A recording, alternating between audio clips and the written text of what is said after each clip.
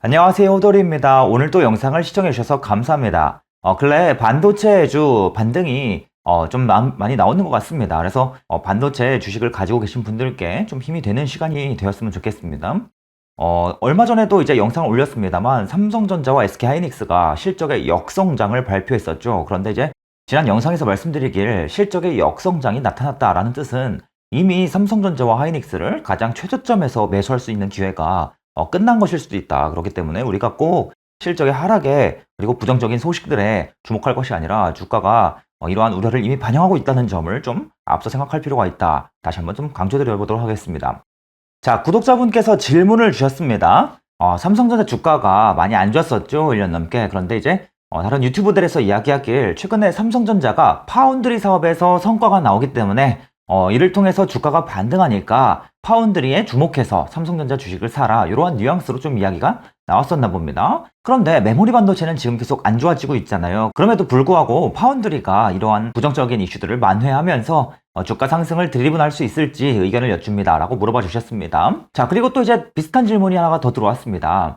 자, 삼성전자가 예전 메모리 반도체 사이클 때에는 파운드리의 비중이 적었기 때문에 메모리 반도체에 전적으로 의존하면서 어떠한 이 업황의 부진을 그대로 부딪혔다라면 이번에는 파운드리의 비중이 더 높아졌을 텐데 이번 메모리 사이클 때에는 좀 다른 점이 없을지 궁금합니다. 자, 개인적으로 이들 질문을 묶어서 한번 답변을 드려보도록 하겠습니다. 자, 삼성전자가요 지난 2분기까지 반도체 사업을 통해서 벌어들인 영업이익이 대략 40조 원 가까이 됩니다. 자, 그런데 이 40조 원에 달하는 금액 중 상당 부분이 정확하게 공시가 된 것은 아니지만 시장에서 예측하기로는 대략 한 80% 정도가 메모리 반도체 사업에서 나왔다라고 이제 알려져 있습니다. 그렇다고 하면 이 비메모리 반도체 사업의 비중은 대략 한 20%에서 25% 이 정도밖에 안 된다라고 볼 수가 있다는 것이죠.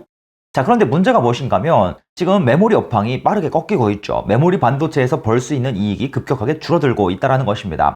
자, 실제로 V차트보다 개별 분기별 이익 그래프를 보시면 이러한 경향이 확연합니다. 자, 이번 3분기에 반도체 사업 부문의 영업이익이 크게 꺾였어요. 자, 그런데 이 영업이익의 하락이 주로 다 무엇이다? 메모리 반도체 업황이 부진함으로 인해서 메모리 반도체 사업에서 벌어들이는 이익이 크게 감소했기 때문에 이러한 결과가 나왔다라고 볼 수 있다는 것입니다.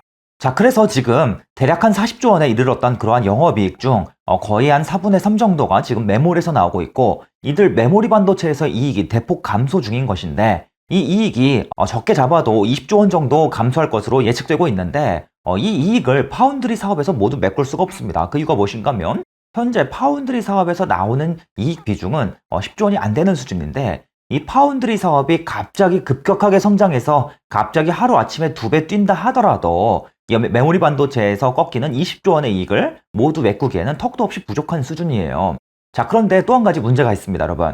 파운드리 사업은요, 이 메모리 반도체 사업처럼 이익이 급격하게 바뀌는 사업이 아니라는 것입니다.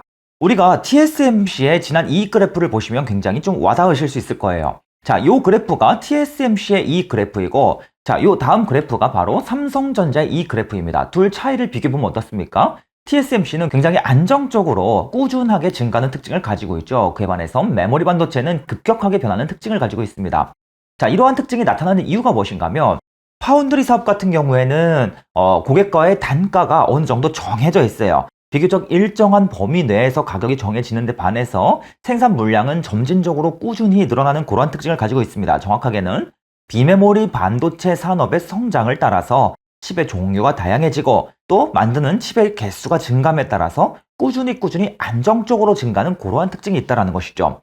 자, 그에 반해서 삼성전자의 메모리 반도체 같은 경우에는 가격과 수량이 모두 급격하게 변하는 특징을 가지고 있습니다. 그렇기 때문에 위아래 큼직하게 움직이면서 변동하는 특징을 가지고 있어요.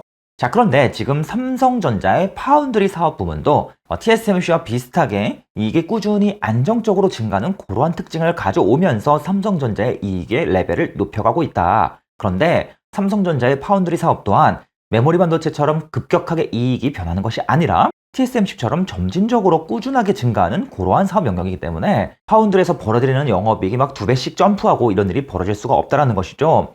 그래서 지금 메모리 반도체 사업에서 꺾이는 이익이 못해도 20조 원인데 파운드리 사업이 아무리 잘 해봐야 이 20조 원이라는 빵꾸난 이익을 메꿀 수 있는 수준은 기껏해야 아무리 넉넉하게 잡아야 2, 3조 원 수준도 안 된다. 그렇기 때문에 삼성전자의 주가는 절대적으로 메모리 반도체 업황에 의존해서 움직이게 되어 있지 파운드리의 영향을 받을 수 있는 구조가 아닙니다.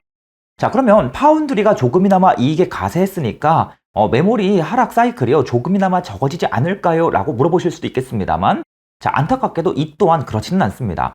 왜 그런가 하면 조금 어려운 이야기긴 한데, 자, 메모리 업황이 크게 움직인다고 해서 주가도 이걸 정확하게 따라서 크게 움직이는 것은 아니에요. 어느 정도의 폭을 반영하면서 이 메모리 반도체가 100만큼 떨어지고 100만큼 올랐다라면 실제 주가는 꼭 100만큼 움직이는 것은 아니고 대략 뭐 50만큼, 70만큼 적당히 떨어졌다 적당히 올랐다를 반복하는 특징을 가지고 있습니다. 그렇기 때문에 파운드리가 조금 더 이익이 가세되어서 메모리 반도체에서의 이익 하락이 조금 상쇄가 되더라도 주가가 이 정도 수준의 어떠한 이익까지 반영해서 움직이지는 않는다. 메모리 반도체 업황이 많이 안 좋아져? 그럼 이익이 크게 꺾이겠네? 그럼 주가도 크게 떨어져. 이러한 논리로 주가가 움직이는 것이지, 파운드리가 이번에 이익 1.5조 원 정도 가세했으니까 1.5조 원 정도는 덜 빠지자, 이렇게 움직이지는 않는다는 것입니다. 자, 그래서 파운드리 사업이 계속 성장하고 비중이 높아지게 되면 추후 다음 메모리 사이클 때에는 파운드리가 벌어들이는 이익이 상당 부분 주가에 반영되어서 주가가 덜 하락하는 그런 움직임이 나올 수 있다 하더라도